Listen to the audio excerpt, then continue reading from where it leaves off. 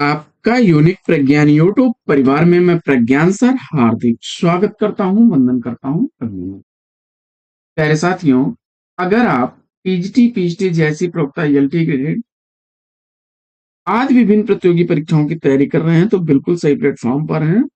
और आज की इस पाठचर्या में यूथ कंपटीशन टाइम बुक से करने वाले हम लोग आदिकाल के उन महत्वपूर्ण प्रश्नों को जो कि परीक्षा में पूछे गए प्रश्न हैं, और इन प्रश्नों का अवलोकन तो वहीं से प्रारंभ करेंगे जहां पर पिछली पाठचर्या में लिया था विराम। तो 300 प्रश्नों को अब तक हम लोगों ने हल कर लिया था। और अगर आपने वो प्रश्न नहीं देखे हैं तो जाके वीडियो के प्लेलिस्ट से आप उन्हें वॉच कर सकते हैं साथियों।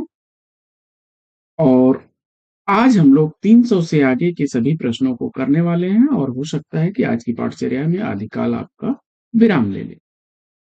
तो आज की पाठचर्या को प्रारंभ करें इससे पूर्व अगर वीडियो को पहली बार देख रहे हैं तो वह चैनल पर नए हैं तो कृपया चैनल को सब्सक्राइब, वीडियो को लाइक और शेयर करना बिल्कुल न भूलें। साथियों, पाठचर्या में आगे बढ़े उससे पूर्व एक सूचना।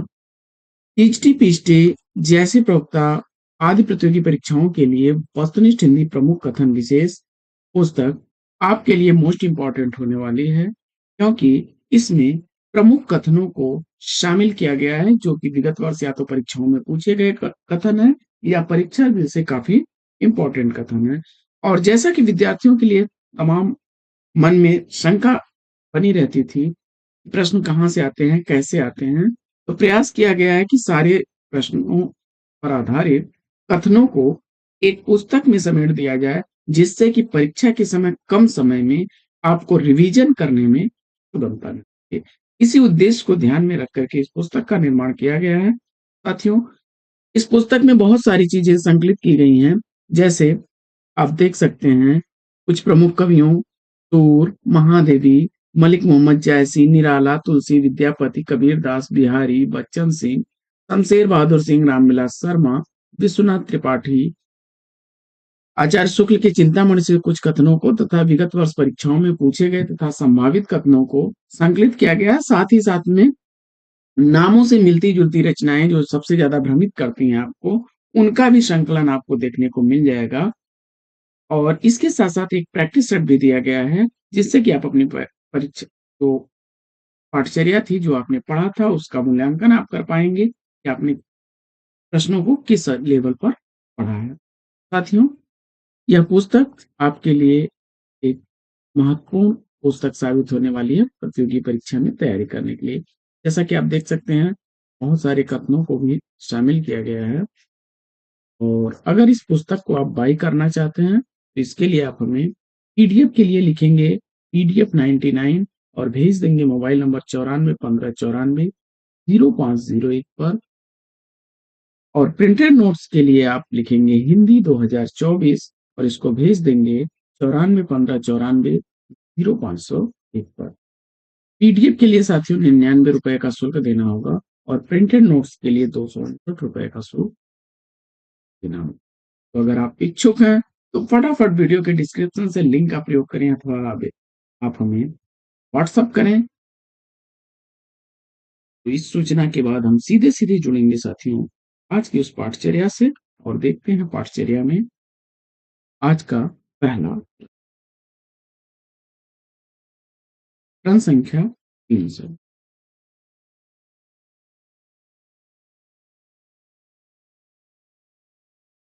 दसवीं से 14वीं शताब्दी के साहित्य को किस विद्वान ने आदिकाल नाम दिया है, इसका आपको जवाब बताना है।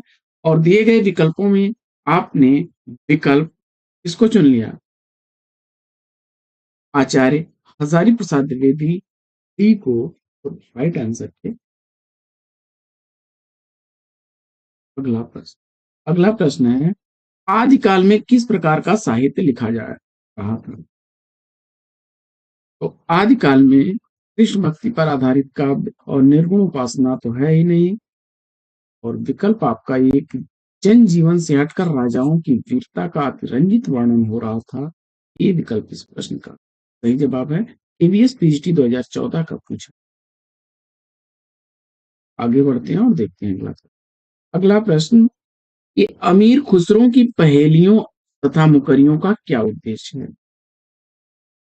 अमीर खुसरो की जो पहेलियां और मुकरियां हैं उसमें पृथ्वीराज चौहान और अलाउद्दीन हमीर ये तो कोई मतलब है नहीं है, दोनों विकल्प ऐसे ही आपके गुम हो जाएंगे। और ऐसा हो ही नहीं सकता कि कोई उद्देश्य नहीं हो, लेकिन इसमें उद्देश्य आपका क्या है कि मनोरंजन के माध्यम से लोक व्यवहार की शिक्षा देना। विकल्प से राइट आंसर। आगे बढ़ते हैं। अगला अगला प्रश्न है,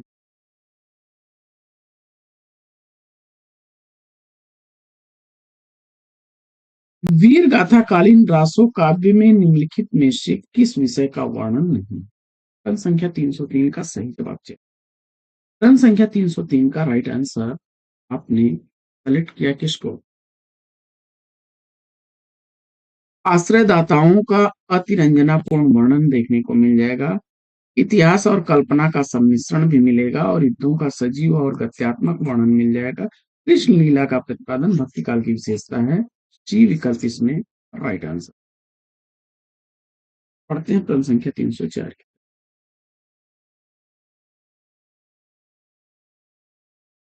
प्रश्न संख्या 304 है कि रासो ग्रंथ जो है किस भाषा में लिखे गए? रासो ग्रंथ सामान्यतः पिंगल पिंगल शैली में लिखे गए हैं। विकल्प 30%।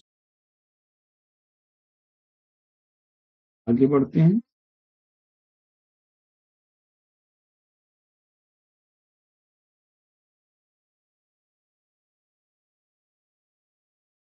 रासो ग्रंथ डिंगल पिंगल भाषा में लिखे गए हैं। अपभ्रंश भाषा के साथ ब्रज भाषा का योग जो है वो पिंगल भाषा कहलाता है और अपभ्रंश के साथ राजस्थानी का योग जो है पिंगल भाषा कहलाता है।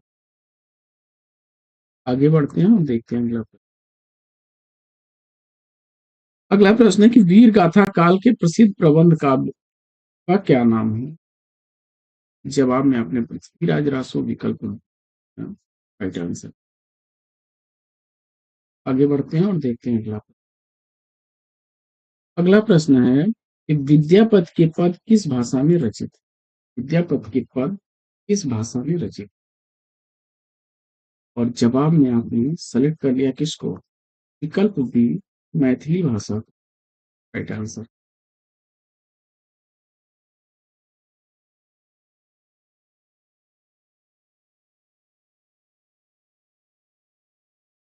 विद्यापति की पदावली कीर्तिलता कीर्तिपता का प्रमुख रचनाएं हैं, जिसमें कीर्तिलता और कीर्तिपता का अपभ्रंश अवहट्ट में लिखी गई है।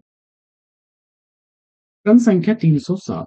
क्रम संख्या 307 है कि कौन सी रचना स्वयंभू कवि की नहीं है? स्वयंभू द्वारा लिखी गई कौन सी रचना नहीं है? और इस प्रश्न का राइट आंसर क्या है?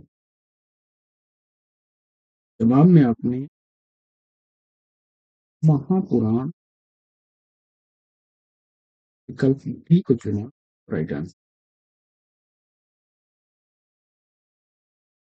आगे बढ़ते हैं और देखते हैं अगला।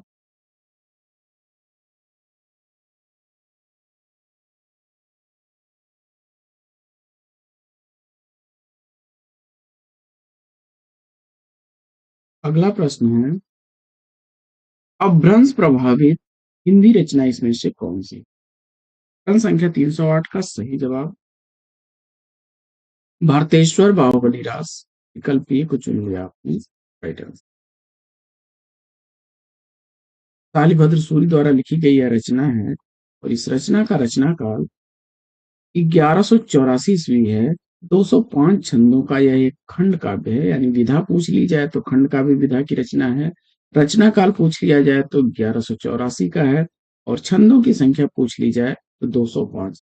एक ही प्रश्न में बहुत सारे प्रश्न छिपे होते हैं साथियों।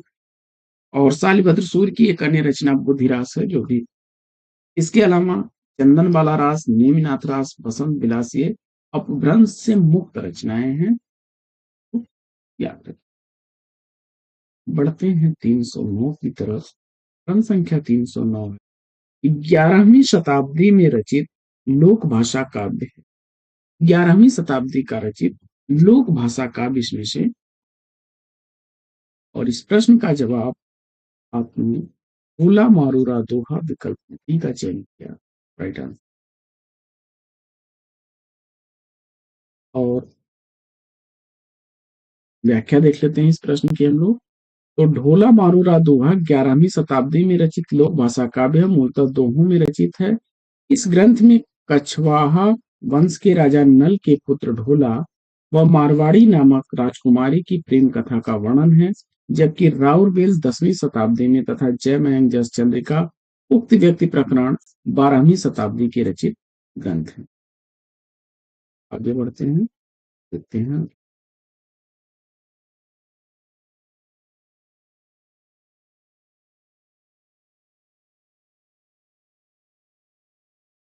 अगला प्रश्न है कि गोरखनाथ के गुरु का नाम बताएं। गोरखनाथ के गुरु का नाम बताना है आपको। प्रश्न संख्या 310 का सही जवाब मत्स्येंद्र नाथ विकल्प ए को चुना। राइट आंसर है। एनबीएस पीजीटी 2014 का पूछा गया।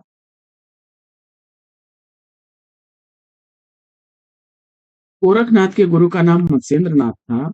इनका वास्तविक नाम विष्णु शर्मा व पूरा नाम पिपली देव था, जबकि गुप्त नाम इनका भैरवानंद था। इनका जन्म बंगाल में हुआ था। इनके द्वारा रचित कौल ज्ञान निर्णय ग्रंथ काफी चर्चित ग्रंथ है। आगे बढ़ते हैं और देखते हैं प्रश्न संख्या 311 को। अपभ्रंश शब्द का सबसे पहले उल्लेख किसने किया है? अपभ्रंश शब्द का सबसे पहले उल्लेख किस ग्रंथ में मिलता है? जवाब में आपने सेलेक्ट किया इसको।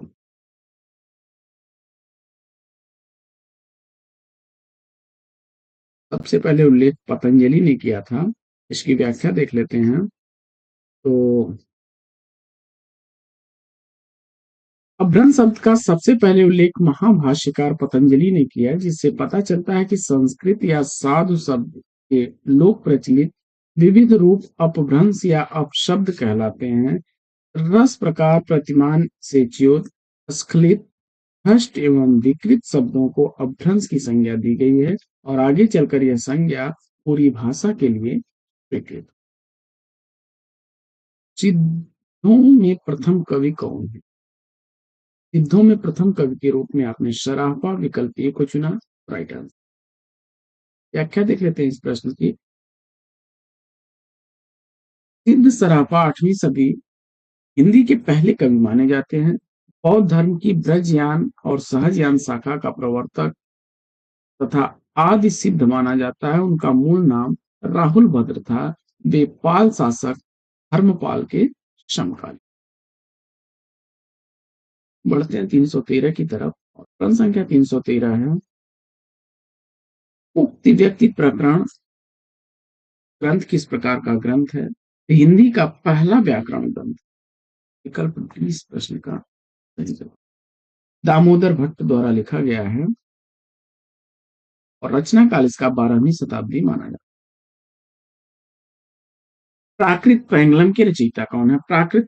प्राकृत पैंगलम का रचनाकार आपसे पूछा जा रहा है और दिए गए विकल्प आपने सेलेक्ट कर लिया है किसको? बंशीधर को। Right answer. आगे बढ़ते हैं।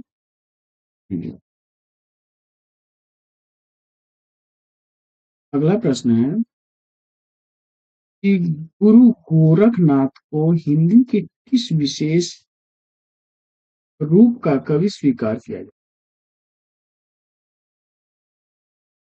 पुराने हिंदी कवि के रूप में विकल्प डी को चुना। तो राइट आंसर।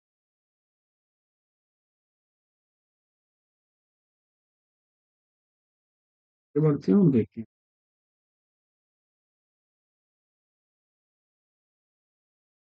अगला प्रश्न है कि विद्यापति की भक्ति श्रृंगार परक पदावली अनूठी संपत्ति है या किसका? विद्यापति की भक्ति श्रृंगार परक पदावली अनूठी संपत्ति है, यह कथन किसका? जवाब में आपने कर लिया है किसको? हिंदी साहित्य के आदिकाल की संपत्ति है। विकल्प डी राइट आंसर। व्याख्या देख लेते हैं इस प्रश्न की हम लोग। विद्यापति की भक्ति श्रृंगार परक पदावली हिंदी साहित्य के आदिकाल की अनूठी संपत्ति है। विद्यापति तिरहुत के राजा शिव सिंह और कीर्ति सिंह के दरबारी कवि थे। हजारी प्रसाद द्विवेदी ने इन्हें श्रृंगार रस का सिद्धवाक कवि कहा है और ये सब संप्रदाय से दीक्षित थे, सब संप्रदाय के कवि हैं। इनके द्वारा रचित ग्रंथों में कीर्तिलता, कीर्ति पताका और पदावली। बढ़ते हैं प्रश्न संख्या 317 की तरफ और प्रश्न संख्या 317 है कि आल्हा खंड का वास्तविक स्रोत ग्रंथ पूछा जा रहा है आपसे। जवाब में आपने परमाल रासोजनी की रचना को चुना, राइट आंसर। व्याख्या देख लेते हैं। तो तत्कालीन जिलाधीश फर्रुखाबाद के 1865 ईस्वी में चार्ल्स इलियट महोदय ने जो है इसका एक खंड आल्हा खंड नाम से प्रकाशित करवाया था और यह बरसात ऋतु में गाए जा गाया जाता है, जिसमें बैसवाड़ा का पूर्वांचल और बुंदेलखंड का।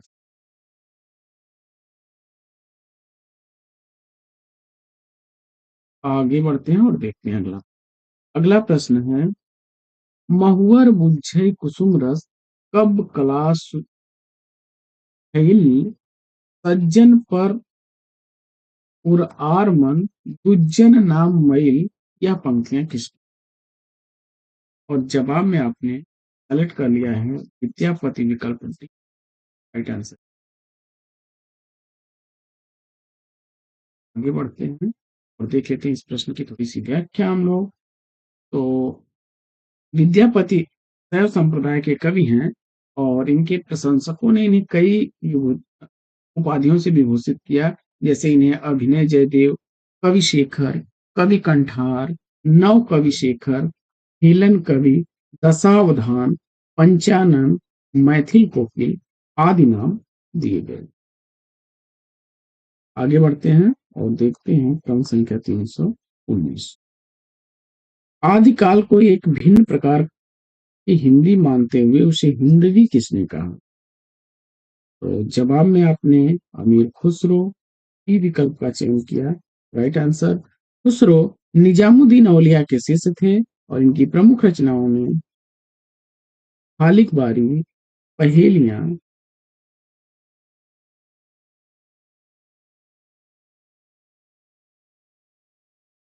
खालिक बारी, पहेलियां, मुकरियां, दो सुखन और गजल ये प्रमुख हैं। आगे बढ़ते हैं और देखते हैं प्रश्न संख्या 320 को कि इनमें अपभ्रंश के सर्वप्रधान कवि कौन थे। प्रश्न संख्या 320 का राइट आंसर आपने चयनित कर लिया होगा इसको, स्वयंभू को। तो विकल्प ए के साथ राइट आंसर पर है। इन्हें अपभ्रंश भाषा का वाल्मीकि भी कहा जाता है। ओमचर्यो, ऋठडेमचर्यो और स्वयंभू छंदस ये तीन इनकी प्रमुख रचनाएं हैं। आगे बढ़ते हैं और देखते हैं अगला।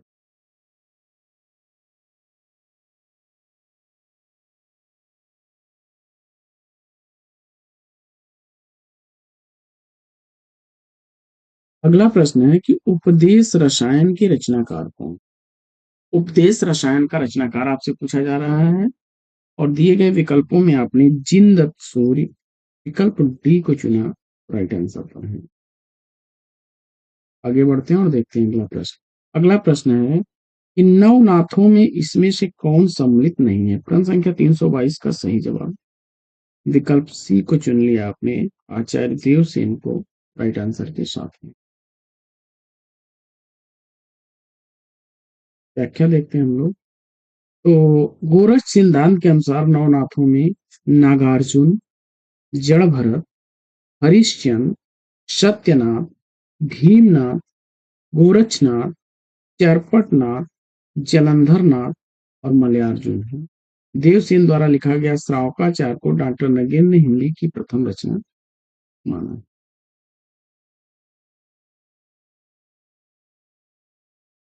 अगला प्रश्न है कि जम्मू स्वामी राज के रचनाकार कौन है। जवाब में आपने विकल्प ए धर्मसूरी विकल्प ए को चुनिए, राइट आंसर। कालीभद्र सूर का पंच पांडव चरित रास चर्चित रचना है। और जिनदत्त सूर्य की उपदेश रसायन। अगला प्रश्न अगला प्रश्न है कि बीसल देव रासो का अंगी रस। बीसल देव रासो श्रृंगार प्रधान रचना है। विकल्प ए इस प्रश्न का राइट आंसर है। नरपति नाल द्वारा लिखा गया है। यह 4 खंडों में विभक्त वीर गीत का। आगे बढ़ते हैं और देखते हैं। अगला प्रश्न है कि हिंदी में प्रचलित 12 मासा सबसे पहले किस कृति में मिला। 12 मासा का वर्णन सबसे पहले नेमिनाथ चौपई में मिलता है। विकल्प 20 प्रश्न। इसकी रचना विनय चंद सूरी ने की थी, जबकि ओमचरित की रचना स्वयं व संदेश रासक की रचना अब्दुल रहमान ने। आगे बढ़ते हैं और देखते हैं अगला प्रश्न।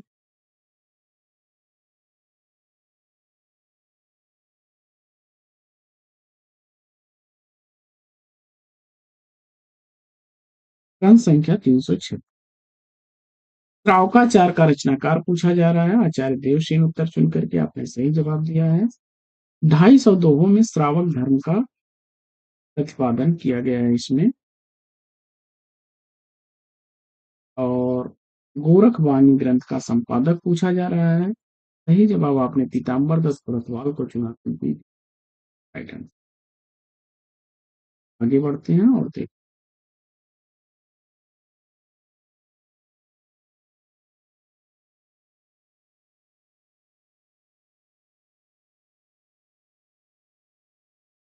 अगला प्रश्न है कि एक थाल मोती से भरा, सबके सिर पर औंधा धरा, चारों ओर वह थाली फिरे, मोती उससे एक न गिरे। यह पंक्तियां किस रचना का है। जवाब में आपने विकल्प बी अमीर खुसरो को चुन लिया। Right answer. आगे बढ़ते हैं और इनके बारे में कुछ महत्वपूर्ण तथ्यों को देख लेते हैं। तो खुसरो का वास्तविक नाम अबुल हसन निजामुद्दीन औलिया के शिष्य थे। खालिक बारी, पहेलियां, मुकरियां, दो सुखन, गजल इनकी प्रमुख रचनाएं हैं। और सरस बसंत समय भला, पावली दक्षिण पवन वह धीरे, यह पंक्ति विद्यापत की है।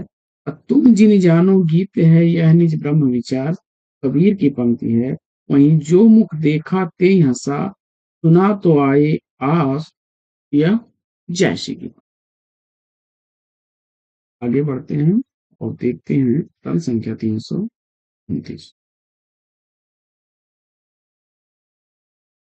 निम्नलिखित में से कौन विशेषता लोक साहित्य में नहीं होती। तो लोक साहित्य मौखिक होता है, परंपरा में प्रचलित होता है और सहजता तथा स्वाभाविकता होती है, परंतु इसमें शास्त्रीयता नहीं होती। विकल्प ए। आगे बढ़ते हैं और देखते हैं। अगला प्रश्न है स्वयं भू द्वारा लिखा गया पौन चिरु की कथा किससे संबंध है? और इस प्रश्न का जवाब आपने सेलेक्ट कर लिया है राम कथा। विकल्प बी को राइट आंसर। आगे बढ़ते हैं और देखते हैं प्रश्न संख्या 331। ढोला मारूरा दोहा किस क्षेत्र का लोकप्रिय लोक भाषा काव्य रहा है। और प्रश्न संख्या 331 का सही जवाब राजस्थान विकल्प सी को चुना।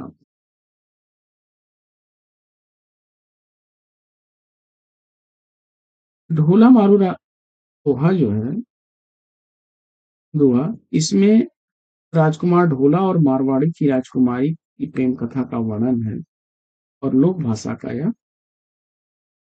अगला प्रश्न है कि जयदेव के गीत गोविंद पर विशेष प्रभाव किस कवि का। देख लेते हैं प्रश्न की व्याख्या। जयदेव के गीत गोविंद पर जो है विद्यापति का प्रभाव माना जाता है।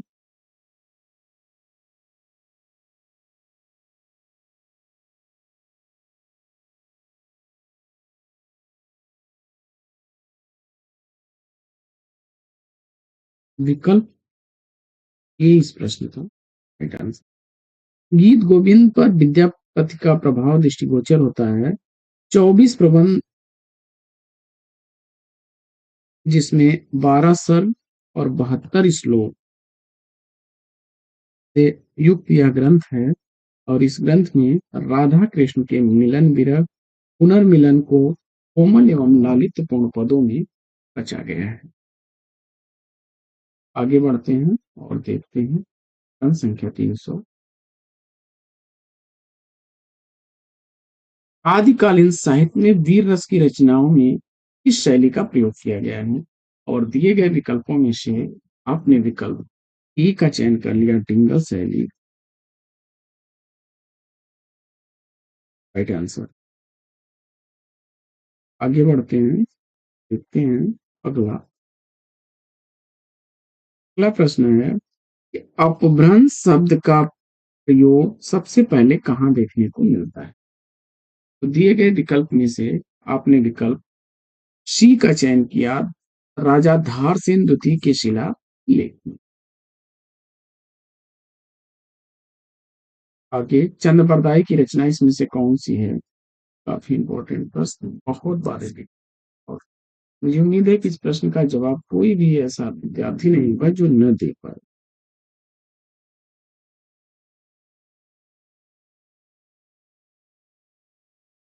पढ़ते हैं आगे।